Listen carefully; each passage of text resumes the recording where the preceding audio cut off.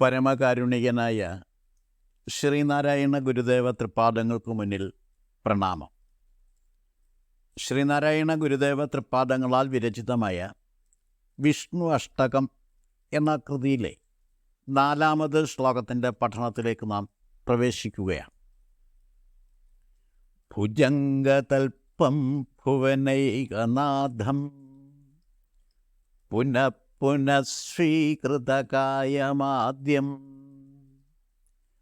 പുരന്തരാദ്യൈരപി വന്ദിതം സദാ മുകുന്ദമത്യന്തമനോഹരം ഭജേ. ഭുജംഗതൽപം ഭുവനൈകനാഥം പുനഃപുനഃസ്വീകൃതകായമാദ്യം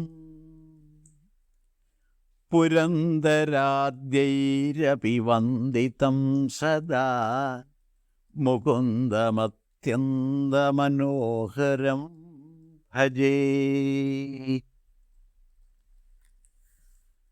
ആദ്യമായി ഈ ശ്ലോകത്തിലെ പദാനുപദ അർത്ഥങ്ങൾ മനസ്സിലാക്കാം. ഭുജംഗം, പാമ്പിനെ മെത്തയാക്കിയിട്ടുള്ളവനാണ്. ഭുജംഗതൽപം, ഭുജംഗം എന്ന് പറഞ്ഞാൽ പാമ്പെന്നാണ്. ഭുജംഗതൽപം, തൽപ്പം ശയ്യ അല്ലെങ്കിൽ ഇരിപ്പിടമെന്ന അർത്ഥവും ഉണ്ട്. അപ്പോൾ ഇവിടെ അനന്തശായിയായ അനന്തപത്മനാഭസ്വാമിയെ ആണ് ഭാവന ചെയ്തിരിക്കുന്നത്. അങ്ങനെയുള്ള വിഷ്ണു സ്വരൂപത്തെയാണ് ഭാവന ചെയ്തിരിക്കുന്നത്. ഭുവനൈകനാഥം, ഈ ഭുവനത്തിൻ്റെ ഏകനാഥനായിട്ടുള്ളവനാണ് അനന്തശായിയായ അനന്തപത്മനാഭൻ എന്നാണ് പറഞ്ഞിരിക്കുന്നത്. പുനഃപുനഃസ്വീകൃത കായം, വീണ്ടും വീണ്ടും ശരീരം സ്വീകരിച്ചവൻ അല്ലെങ്കിൽ അവതാരമൂർത്തിയായിട്ടുള്ളവൻ. ആദ്യം, ആദിയിലുണ്ടായവൻ, ആദിപുരുഷൻ. പുരന്തരാദ്യൈ അപി, പുരന്തരാദ്യൈരപി എന്ന് ചേർത്ത് പറയും. പുരന്തരൻ മുതലായവരാൽ പോലും വന്ദിതം, വന്ദിക്കപ്പെടുന്നവൻ. അത്യന്ത മനോഹരം മുകുന്ദം സദാ ഭജേ, അത്യധികമായി ആകർഷിക്കപ്പെടുന്ന മുകുന്ദനെ എല്ലായ്പ്പോഴും ഭജിക്കുന്നു. മനോഹരം എന്നുള്ളതിന് സുന്ദരൻ എന്നർത്ഥമുണ്ട്. മനസ്സിനെ ഹരിക്കുന്നത്, മനസ്സിനെ ഹരിക്കുന്നത് അറിവാണ്. അപ്പം ജ്ഞാനസ്വരൂപനായ മുകുന്ദനെ ഞാൻ ഭജിക്കുന്നു എന്നാണ് ഗുരു പറഞ്ഞിരിക്കുന്നത്. ശ്ലോകാർത്ഥം സംക്ഷേപിച്ചിങ്ങനെ പറയാം.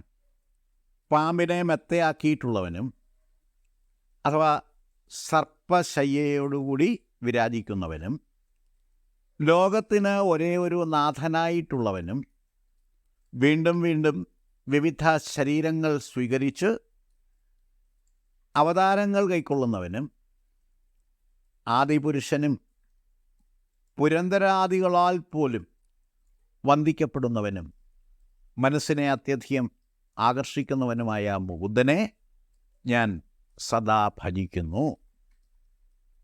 മഹാവിഷ്ണുവിൻ്റെ ഏതാനും സവിശേഷതകൾ അക്കമിട്ട് നിരത്തിയതിനു ശേഷം അങ്ങനെയെല്ലാമുള്ള മുകുന്ദനെ ഞാൻ എല്ലായ്പ്പോഴും ഭജിക്കുന്നു എന്നാണ് ഈ ശ്ലോകത്തിൽ പറഞ്ഞിരിക്കുന്നത്.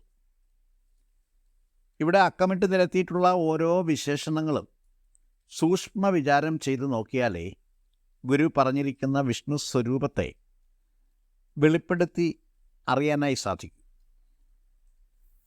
ആദ്യം ഭുജംഗതൽപം എന്ന വിശേഷണത്തിൻ്റെ വ്യാഖ്യാനം നോക്കാം. പാമ്പിനെ തൽപ്പമാക്കിയിട്ടുള്ളവനെന്നാണ് ഭുജംഗതൽപം എന്ന പദത്തിൻ്റെ വാഗർത്ഥം. അനന്തൻ എന്ന സർപ്പത്തെ മെത്തയാക്കി അതിലാണ് വിഷ്ണു ശയിക്കുന്നതെന്ന് സങ്കല്പിക്കപ്പെട്ടിരിക്കുന്നു. അനന്തശായിയായ വിഷ്ണു ഒരു കാവ്യബിംബമാണ്. യഥാർത്ഥത്തിൽ അങ്ങനെ ഒരു വിഷ്ണു ഇല്ല. അത് പണ്ഡിത ബുദ്ധിയിൽ അല്ലെ ആർഷ ബുദ്ധിയിൽ ഉദിച്ച ഒരു കാവ്യബിംബകൽപ്പനയാണ്. അനന്തൻ എന്ന സർപ്പം കാലപ്രതീകമായ കാവ്യബിംബമാണ്. അവസാനമില്ലാത്ത കാലത്തെയാണ് അനന്തൻ പ്രതീകവൽക്കരിക്കുന്നത്. വിശ്വപ്രകൃതിയുടെ അനന്തമായ നിലയെ ഉണ്ടായിമറയലുകളുടെ നൈരന്തര്യപ്രവാഹമായി നിലനിർത്തി ഭരിക്കുന്ന സ്ഥൈതികതയുടെ കാര്യകാരണ സത്തയായി വിരാജിക്കുന്ന പരംപൊരുളിനെ അനന്തശായിയായ വിഷ്ണുവായി ഭാവന ചെയ്തിരിക്കുന്നു. ഭാരതീയ ഋഷികവികളുടെ ഭാവനയിൽ വിരിഞ്ഞ ഈ കാവ്യബിംബം ഉണ്ടായി മറയലുകളുടെ പ്രതീതി ജനിപ്പിക്കാതെ സ്ഥൈതിക പ്രതീതി ഉളവാക്കുന്ന മായിക പ്രഭാവത്തെയാണ് പ്രതീകവൽക്കരിക്കുന്നത്.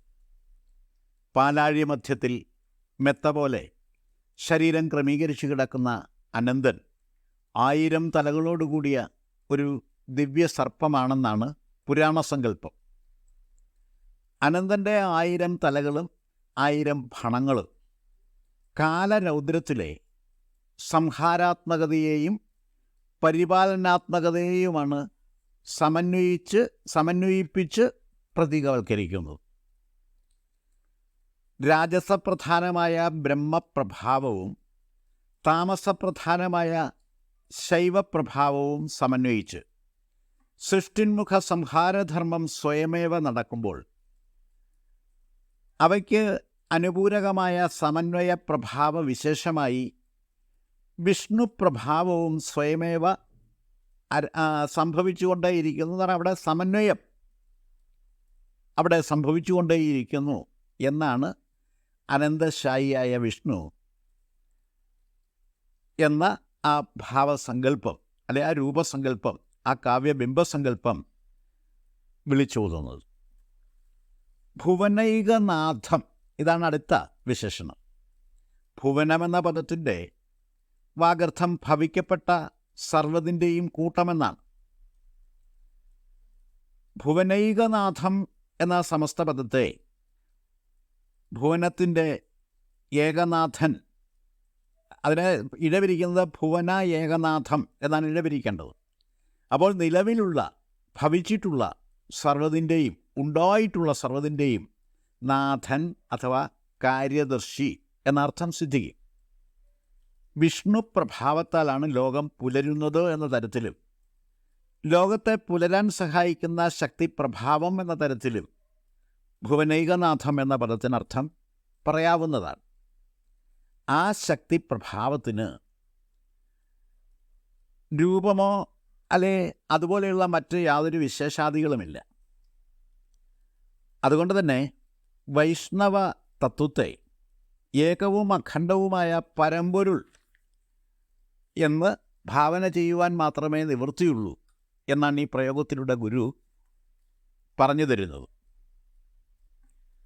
ഇനി പുനഃപുന സ്വീകൃത കായമാദ്യം എന്ന വിശേഷണമാണ്. വീണ്ടും വീണ്ടും വിവിധ ശരീരങ്ങൾ കൈക്കൊള്ളുന്ന ആദ്യനായ ആദിപുരുഷനാകുന്നു വിഷ്ണു എന്ന് പറഞ്ഞിരിക്കുന്നതിൻ്റെ പൊരുൾ ദശാവതാരമൂർത്തിയായ വിഷ്ണുവായി ഭാവന ചെയ്യപ്പെട്ടിരിക്കുന്ന ദേവനാകുന്നു വിഷ്ണു എന്നാണ്. പുരാണപ്രോക്തമായ ദശാവതാര കഥകളാണ് ഇവിടെ പരാമർശിച്ചിരിക്കുന്നത്. മഹാവിഷ്ണുവിൻ്റെ മത്സ്യാവതാരവും കൂർമാവതാരം, വരാഹാവതാരം, നരസിംഹാവതാരം, വാമനാവതാരം, പരശുരാമാവതാരം, ശ്രീരാമാവതാരം, ബലഭദ്രരാമാവതാരം, കൃഷ്ണാവതാരം എന്നീ 9 അവതാരങ്ങൾ കഴിഞ്ഞു എന്നും 10ാമത്തേതായ കൽക്കി അവതാരം നടക്കാൻ പോകുന്നതേ ഉള്ളൂ എന്നുമാണ് പുരാണങ്ങൾ ഉദ്ഘോഷിക്കുന്നത്. അവതാരകഥകളിൽ അങ്ങനെയാണ് പറയുന്നത്. മഹാവിഷ്ണുവിൻ്റെ അവതാരകഥകളെ വാച്യാർത്ഥത്തിലല്ല മനസ്സിലാക്കേണ്ടത്. അന്യാപദേശമറയിൽ പൊതിഞ്ഞ് അവതരിപ്പിച്ചിട്ടുള്ള ദൃഷ്ടാന്ത കഥകളാണവ. ആ കഥകളിൽ പറഞ്ഞിരിക്കുന്നതെല്ലാം ആശയവാദപരങ്ങളായ ദൃഷ്ടാന്ത സംഭവങ്ങളാണ്. പുരാണ പാരായണകലയും അതുപോലെ തന്നെ പുരാണ പഠനകലയും അത് ധിഷണാവ്യാപാരം ആവശ്യമുള്ള കലകളാണ്. പരിചയസമ്പന്നരായ വ്യാഖ്യാതാക്കളുടെ സഹായം കൂടാതെ പുരാണ പഠനം സുസാധ്യമല്ല. അനന്തശായിയും അവതാരപുരുഷനുമായ മഹാവിഷ്ണുവിൻ്റെ പ്രഭാവങ്ങളെ താത്വികമായി വിചാരം ചെയ്ത് ജ്ഞാനതലത്തിൽ പ്രതിഷ്ഠിച്ചിരുത്തണം എന്ന സന്ദേശമാണ് ഈ പരാമർശത്തിലൂടെ ഗുരു നൽകിയിരിക്കുന്നത്. അപഗ്രഥനാത്മകമായ വിശദീകരണം ഇക്കാര്യത്തിൽ ആവശ്യമുള്ളതുകൊണ്ട് ദശാവതാര കഥകളുടെ പൊരുൾ പ്രത്യേകമായി ഒരു ക്ലാസ് എടുക്കുന്നതായിരിക്കും ഉചിതമെന്ന് തോന്നുന്നു. അതുകൊണ്ട് ഇപ്പോൾ അതിനെക്കുറിച്ച് കൂടുതൽ വിശദീകരണത്തിലേക്ക് കടക്കുന്നില്ല. പല ഭാവരൂപാദികളിൽ വിരാജിക്കുന്ന ഏകമായ പരമ്പൊരുളാകുന്നു വിഷ്ണു അല്ലെങ്കിൽ വൈഷ്ണവ തത്വം എന്നാണ് പുരന്ദരാദ്യൈരപി വന്ദിതം എന്ന പ്രയോഗത്തിന് മുമ്പ് പുനഃപുന സ്വീകൃതകായമാദ്യം എന്ന പ്രയോഗത്തിലൂടെ ഗുരു വെളിപ്പെടുത്തിയിരിക്കുന്നത്. എന്നിട്ട് ഉടനെ പറഞ്ഞിരിക്കുകയാണ് പുരന്ദരാദ്യൈരപി വന്ദിതം. പുരന്ദരാദി അപി, പുരന്ദരന്മാർ പോലും, പുരന്ദരാദികൾ പോലും വന്ദിക്കുന്ന വ്യക്തിത്വമാകുന്നു, അല്ലെങ്കിൽ താത്വിക പൊരുളാകുന്നു വിഷ്ണു എന്നാണ് ഈ പറഞ്ഞിരിക്കുന്നതിൻ്റെ വാച്യാർത്ഥം.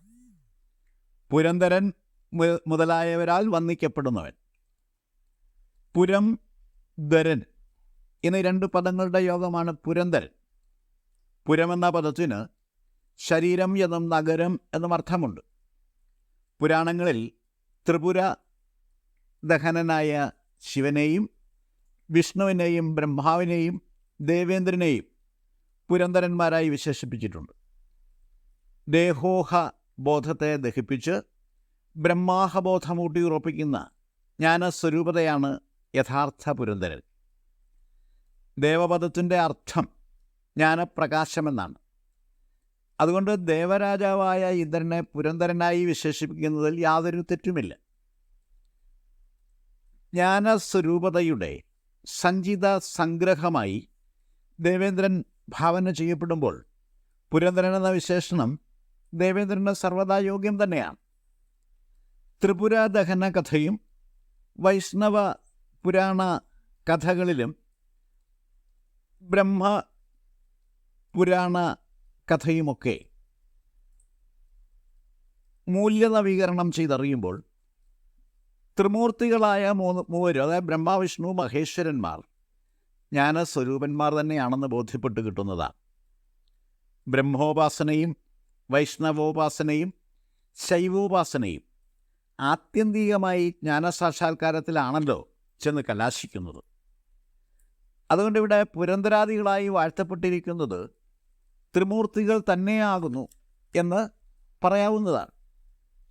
ത്രിത്വത്തിലെ ഏകത്വത്തിൽ വൈഷ്ണവോപാസകർ ചെന്നെത്തും എന്നാണ് ഈ പറഞ്ഞിരിക്കുന്നതിൻ്റെ പൊരുൾ. അപ്പോൾ ഇവിടെ ഒരു സംശയം ഉണ്ടാകും. പുരന്ദരന്മാർ, വിഷ്ണുവും പുരന്ദരനാണ്, ബ്രഹ്മാവും പുരന്ദരനാണ്, ശിവനും പുരന്ദരനാണ്, വിഷ്ണുവും പുരന്ദരനാണെന്ന് പറയുന്നു. അപ്പോൾ അവിടെ ആ വിഷ്ണുവിനെ കൂടി അതിൽ ഉൾപ്പെടുത്തിയിരിക്കുന്നത് വിഷ്ണു എന്ന വേറിട്ടൊരു താത്വിക സംജ്ഞ അങ്ങനെ നമ്മൾ ഭാവന ചെയ്യേണ്ടതില്ല.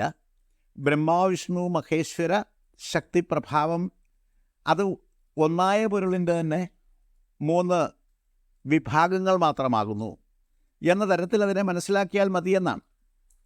സദാ അത്യന്തമനോഹരം മുകുന്ദം ഭജേ എന്ന് പറഞ്ഞുകൊണ്ടാണ് ഈ ശ്ലോകം ഉപസംഹരിച്ചിരിക്കുന്നത്. മനോഹരം എന്ന പദത്തിൻ്റെ വാഗർത്ഥം മനസ്സിനെ ഹരിക്കുന്നത് എന്നാണ്. മനസ്സ് മനനോപകരണം എന്ന നിലയിൽ വർത്തിക്കുമ്പോൾ സ്വരൂപതയോടുകൂടി സാക്ഷാത്കരിക്കുന്നതെന്തും മനോഹരങ്ങളാണ്. പല അർത്ഥങ്ങൾ പേറുന്ന ഒരു പദമാണ് മുകുന്ദമെന്ന് പറയുന്നത്. മുകുന്ദത്തിന് കുബേരൻ്റെ നിധികളിലൊന്ന്, നവനിധികളുണ്ട്, അതിലൊന്നെന്നുള്ള അർത്ഥമുണ്ട്. മുകുന്ദൻ എന്നുള്ളത് കൃഷ്ണൻ എന്ന പര്യായമായിട്ട് നമ്മൾ പ്രയോഗിക്കാറുണ്ട്. എന്നാൽ ഈ മുകുന്ദം എന്ന പദത്തെ പദനിഷ്പത്തി വെച്ച് അർത്ഥം പറയുമ്പോൾ മുകുദം എന്നുള്ള അർത്ഥം വരും. മുകു എന്ന് പറഞ്ഞാൽ മുക്തി അല്ലെങ്കിൽ മോചനം എന്നാണ്. അപ്പം മുക്തി പ്രദാനം ചെയ്യുന്നവനാണ് മുകുന്ദൻ. ദാനം ചെയ്യുന്നവൻ, മുക്തി പ്രദാനം ചെയ്യുക, പ്രകർഷണ മുക്തി നൽകുന്നവനാണ് മുകുന്ദൻ. അല്ലെ മോക്ഷദായകനാകുന്നു മുകുന്ദൻ എന്ന് വെച്ചാൽ ജ്ഞാനസ്വരൂപനാണെന്ന്. അതായത് സർവ്വ അജ്ഞതകളും